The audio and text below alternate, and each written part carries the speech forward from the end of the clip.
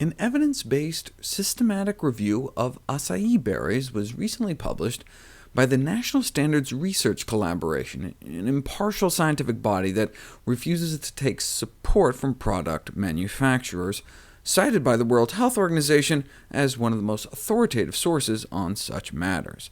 What did they find? Whenever a new purported superfood hits the market, the first thing researchers tend to do is look at its chemistry, such as antioxidant capacity, which was done back in 2006.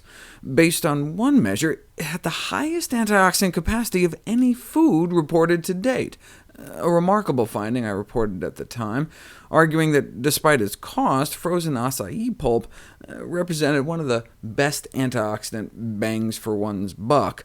But still, we didn't know what it did outside of a test tube. The next step is to go from test tube to petri dish and try it out on some human cells.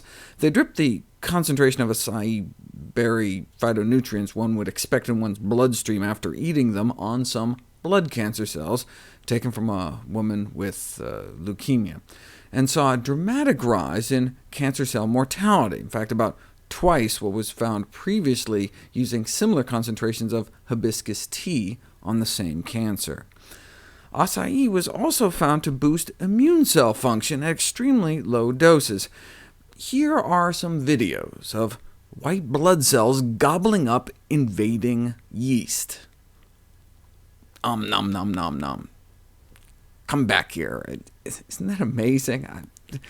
They're like sucking them up like Slurpees. I could watch these all day. Anyway, sprinkle some acai berry powder on them, and they gobble more. With no acai for breakfast, white blood cells were able to engulf about 140 yeast, but in the presence of a tiny amount of berry powder, they engulfed closer to 200. Slowly but surely, researchers began piecing together the mechanism by which acai affected cellular function. Still no human studies, though.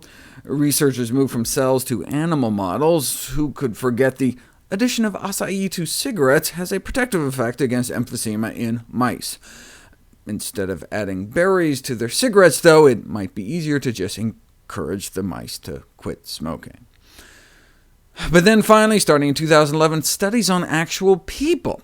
Pain reduction and improvement in range of motion after daily consumption of an acai in about a dozen folks with painful conditions like osteoarthritis. After 3 months, antioxidant levels went up, and pain levels went down.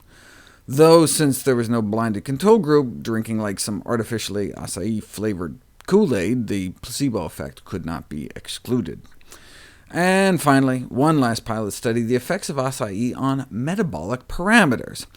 10 overweight folks were given 2 packs of frozen acai pulp every day for a month, and even though they were allowed to take it with sugar, their fasting blood sugars dropped, as did their insulin levels and cholesterol, and it significantly blunted the sugar spike caused by a standardized meal, all without any observed adverse effects. In fact, the only theoretical concern cited in the new review may be that it might work too well. If you're on diabetic blood sugar-lowering medications, it could potentially drop your blood sugar too low, or if you have an autoimmune disease or on immunosuppressants, it could stimulate your immune system too much. But what about the case report of the guy whose muscles started dissolving after using this acai berry supplement? Turns out there was no acai berry in it at all. That's the problem with taking supplements. They are so poorly regulated, you never know what you're getting. For example, a study was done on 27 supplements of another purported superfruit, pomegranate. Here's the main ingredients. OK, except of the 27 supplements tested, only 5 appeared to be actually what they said. Fine, you say, no pills, you'll just stick to the juice. 45 commercial pomegranate juice samples from 23 different manufacturers in the United States. They all said they contained 100% pomegranate juice on the label, but most of them lied. Only 6 out of 23 were what they said they were.